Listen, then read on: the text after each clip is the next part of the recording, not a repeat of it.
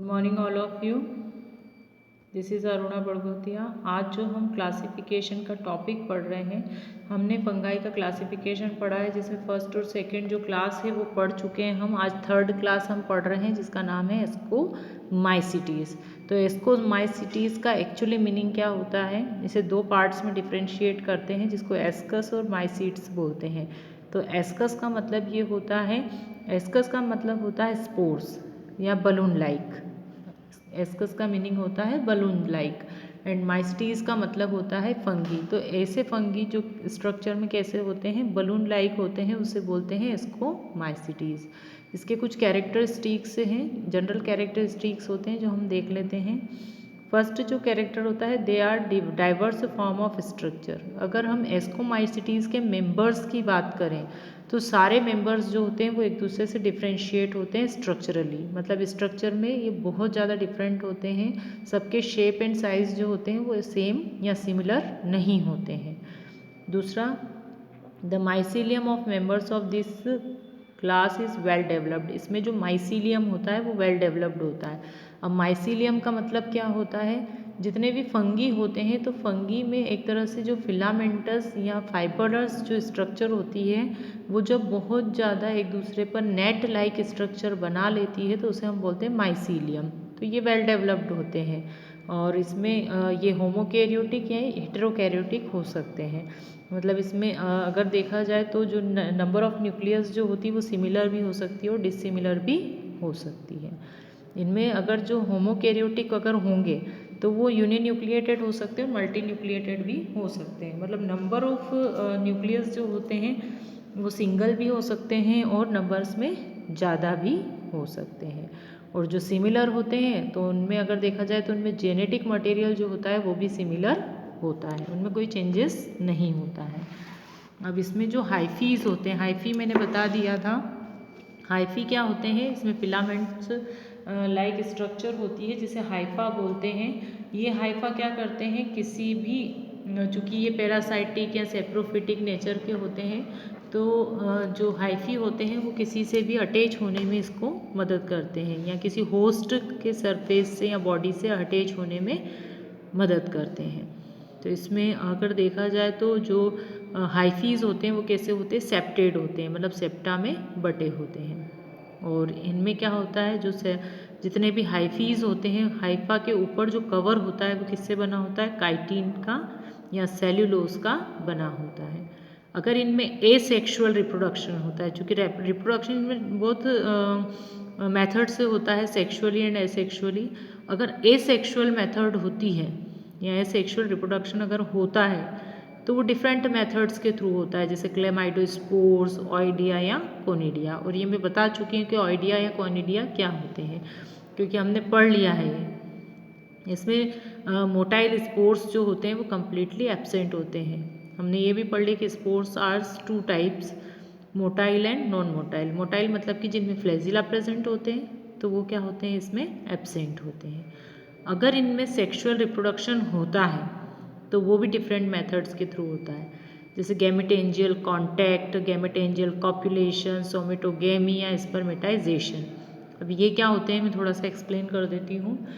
जितने भी एस्कोमाइसीटीज़ के मेंबर्स होते हैं उसमें कप लाइक स्ट्रक्चर होती है या ऊपर बलून लाइक स्ट्रक्चर बनी होती है जिसे बोलते हैं गैमेटेंजिया। तो टू गैमेटेंजिया मतलब इसमें मेल और फीमेल गैमेटेंजिया अलग अलग होते हैं। तो मेल और फीमेल गैमेटेंजिया अगर एक दूसरे से अटैच हो जाते हैं और अगर वो स्पोर्स फॉर्म करते हैं तो उसे हम बोलते हैं गैमेटेंजियल कॉन्टैक्ट। और अगर कॉपुलेशन होता है मतलब कि कम्प्लीटली गैमेटेंजिया जो होते हैं वो एक दूसरे से फ्यूज़ हो जाते हैं, सिर्फ कांटेक्ट हुआ है पहले और अब क्या हो गए, फ्यूज़ हो गए हैं, तो उसे गैमेटेंजियल कॉपुलेशन बोलते हैं। सोमेटोगेमी में क्या होता है, सोमेटोगेमी में मान लीजिए कोई फंगी है तो फंगी में कुछ अगर सेल्स जो होती हैं, अगर वो जैसे मान लो मेल और फीमेल फंगी अलग अलग हैं तो उनमें अगर उनकी सेल्स, बॉडी की सेल्स जो हैं वो अगर फ्यूज़ हुई तो उसे सोमेटोगेमी कहेंगे। स्पर्मेटाइजेशन का मतलब ये होता है कि जो मेल और फीमेल गैमिट्स फॉर्म करते हैं और वो गैमिट का फ्यूज़न अगर होता है और फिर जाइगोट अगर बनता है तो उसे हम बोलते हैं स्पर्मेटाइजेशन। तो जब इनमें मान लीजिए अगर रिप्रोडक्शन होता है, इन सेक्सुअल रिप्रोडक्शन अगर हम बोलें तो इनमें क्या होता है, प्लाज्मा का तो फ्यूज़न होता है, मतलब स्टार्टिंग में क्या होगा, जो इनका साइटोप्लाज्म है वो फ्यूज़ होगा और उसके बाद फिर क्या होता है, इनके न्यूक्लियस का फ्यूज़न होता है, तो जिसको हम बोलते हैं डाइकैरियन। डाइकैरियन मतलब कि 2 जो न्यूक्लियस हैं वो फ्यूज़ हो गए हैं। और इस तरह के कैरेक्टरिस्टिक्स किस में होते हैं, एस्कोमाइसिटीज़ में होते हैं, जो कि इसको फाइकोमाइसिटीज़ से अलग कर देते हैं। फिर अगर सेक्सुअल रिप्रोडक्शन होता है तो इसमें एक सैक या कप लाइक स्ट्रक्चर बनती है जिसको एस्कस बोलते हैं, और इस एस्कस के अंदर जो स्पोर्स लगे होते हैं उसको एस्कोस्पोर्स बोला जाता है, इसीलिए ये अलग होते हैं। और जो एस्कोस्पोर्स होते हैं वो नंबर्स में कितने होते हैं, टोटल 8 होते हैं, जिसमें से 4 जो होते हैं पॉजिटिव स्ट्रैंड वाले होते हैं और 4 जो होते हैं नेगेटिव स्ट्रैंड वाले होते हैं। और कुछ में यूनिसेल्युलर होते हैं, और इनकी जो बॉडी होती है, अगर ये यूनिसेल्युलर होते हैं और यूनिसेल्युलर होने के बाद ये अगर आपस में एक दूसरे से जुड़ जाते हैं तो उसे बोला जाता है फ्रूटिंग बॉडी, और इस फ्रूटिंग बॉडी को बोलते हैं एस्कोकार्प। अगर देखा जाए तो एस्कोकार्प भी अलग अलग होते हैं, अलग अलग मेंबर्स में अलग अलग होते हैं, जिसको 5 पार्ट्स में डिवाइड करा गया है। फर्स्ट है क्लिस्टोथीशियम। क्लिस्टोथीशियम में जो होते हैं एस्कोकार्प प्लेट लाइक होते हैं, इसके अंदर क्या लगे होते हैं, एस्कस लगे होते हैं, ये दिख रहे हैं आपको। दूसरा जो होता है एस्कोस्ट्रोमा, इसमें जो होते हैं ये आपको एक तरह से जैसे सुराही नहीं होती है उस तरह से ये दिखता है, और उसके अंदर लगे होते हैं ये एस्कस, ये भी आपको वैसे ही दिखेगा। पेरिथीशियम, फिर उसके बाद जो है एपोथीशियम, एपोथीशियम में एक कप जैसा दिखता है, प्लेट लाइक स्ट्रक्चर होती है, जैसे प्लेट नहीं होता, प्याला नहीं होता है, वैसा होता है। और ये हिस्टेरोथीशियम, हिस्टेरोथीशियम में इस तरह से लॉन्ग स्ट्रक्चर होती है, स्लिट पाई जाती है, स्लिट होती है, स्लिट मतलब एक कांच भी हो सकती, ग्रूव भी हो सकती, जिसके अंदर क्या लगे होते हैं, ये एक तरह से एस्कस लगे होते हैं। अब नेक्स्ट है some important members of ascomycetes. तो एस्कोमाइसिटीज़ के जो मेंबर्स है उसमें से मोस्ट इम्पॉर्टेंट मेंबर है सेकेरोमाइसीस। सेकेरोमाइसीस मतलब यीस्ट। अब यीस्ट के बारे में बेसिकली आप सभी जानते हैं, नाम आपने सुना ही होगा कि यीस्ट क्या होती है। यीस्ट जो है एक ऐसा फंगी है जिसका बहुत ज़्यादा कमर्शियल लेवल पर यूज़ भी होता है, ये हमारे लिए बेनिफिशियल भी है और हार्मफुल भी है। तो यीस्ट का आप जनरली घर में भी नाम सुनते होंगे कि जैसे ब्रेड में यूज़ होता है, ब्रेड के फर्मेंटेशन में यूज़ होता है, और बहुत सारे मिल्क प्रोडक्ट के लिए भी इसका यूज़ होता है फर्मेंटेशन में, और जैसे कि चीज़ बनाने में भी इसका यूज़ होता है।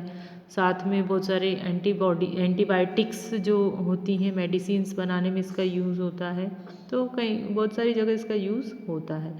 तो अगर देखा जाए तो ये जो यीस्ट होती है वो एक यूनिसेल्युलर एस्कोमाइसिटीज़ है, जिसमें रिप्रोडक्शन जो होता है वो बाय बडिंग होता है। अब बडिंग में बता चुकी हूँ आपको कि क्या होता है, जिसमें कि जैसे पोटैटो में एक बर्ड निकलती है और उस बर्ड से फिर क्या होता है, न्यू प्लांट फॉर्म होता है, वैसे इसमें भी होता है कि इससे एक बर्ड फॉर्म होगी और बर्ड जो होगी वो क्या करेगी, न्यू यीस्ट फॉर्म करती है।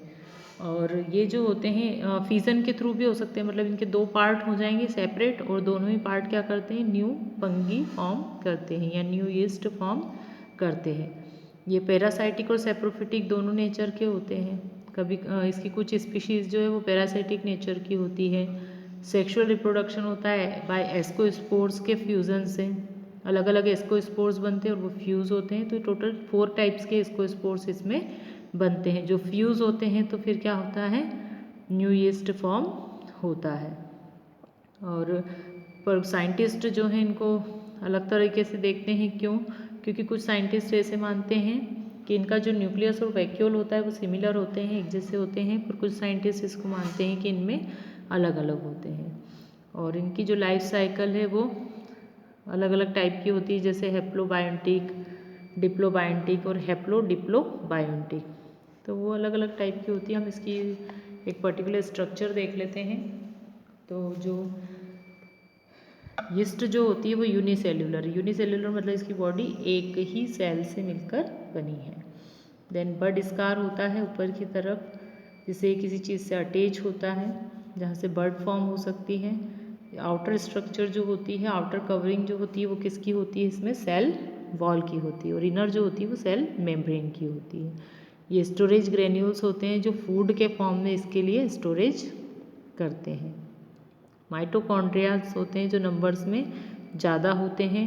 एक बिग वैक्यूल होती है इसमें जो एक्सक्रीटरी नेचर की होती है, मतलब इसमें जो भी फूड प्रोडक्ट होते हैं उसका एक्सक्रीशन या हार्मफुल प्रोडक्ट फूड पार्ट्स का जो रिलीज होता है, एक्सक्रीशन जो होता है वो वैक्यूल से होता है। इसमें न्यूक्लियस प्रेजेंट होता है जिसके अंदर बॉल लाइक स्ट्रक्चर होती है जिसे न्यूक्लियोलस बोलते हैं, और इसके आसपास जो ये डॉट्स लाइक स्ट्रक्चर होती है इसे राइबोसोम्स बोलते हैं जो फूड फैक्ट्री प्रोटीन फैक्ट्री होते हैं। एंडोप्लाज्मिक रेटिकुलम भी प्रेजेंट होता है, वॉल्यूटिन ग्रेन्स होते हैं इसके आसपास।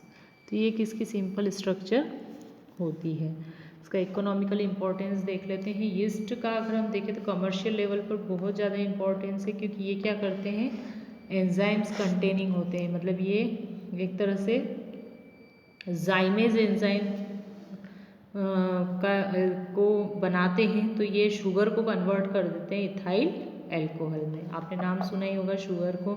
तो इसीलिए इसका यूज़ क्या होता है, जो फ्रूट्स होते हैं या जो ग्रेन्स होते हैं उसके फर्मेंटेशन में होता है, जिससे कि बहुत सारी ड्रिंक्स जैसे वाइन, शैम्पियन, बियर ये सभी बनाई जाती है।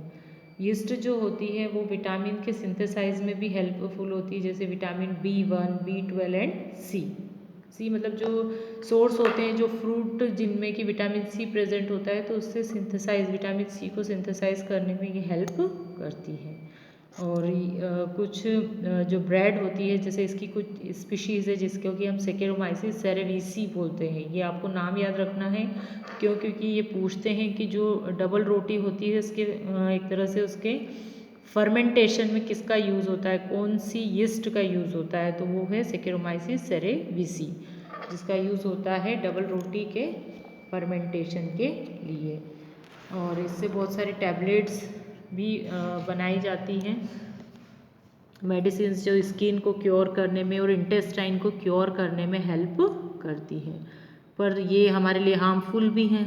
क्यों है हार्मफुल, क्योंकि हमारे घर में रखे हुए जो फूड प्रोडक्ट्स होते हैं या जो फ्रूट्स होते हैं या जो वेजिटेबल्स होती हैं उनको ये क्या कर देते हैं, डिस्ट्रॉय कर देते हैं। पनीर जैसे मिल्क प्रोडक्ट है उनको भी ये क्या करते हैं, ख़राब कर देते हैं। और ये जो फीमेल की वेजिना में भी होते हैं, तो फीमेल की वेजिना में बहुत सारे डिसीजेस को भी ये कॉज कर सकते हैं। जैसे एस्परजिलस है, एस्परजिलस जो है एक सेप्रोफिटिक फंगी है, तो ये क्या करता है, फूड को ख़राब कर देता है, वेजिटेबल्स को, अचार मतलब पिकल्स, जैम जो हमारे घर में जो एक तरह से नमी वाली या फिर ह्यूमिड जो सब्सटेंसेस होते हैं उनको ये क्या करते हैं, ख़राब कर देते हैं। तो हार्मफुल है ये, बहुत सारे हार्मफुल इफ़ेक्ट भी डालते हैं, जैसे वीड लेबोरेटरी बोलते हैं एस्परजिलस को, ये इम्पॉर्टेंट भी होता है। पेनिसिलिन का यूज़, ये एक ब्लू ग्रीन फंगस है जिसका बहुत ज़्यादा यूज़ होता है एंटीबायोटिक्स के फॉर्मेशन में।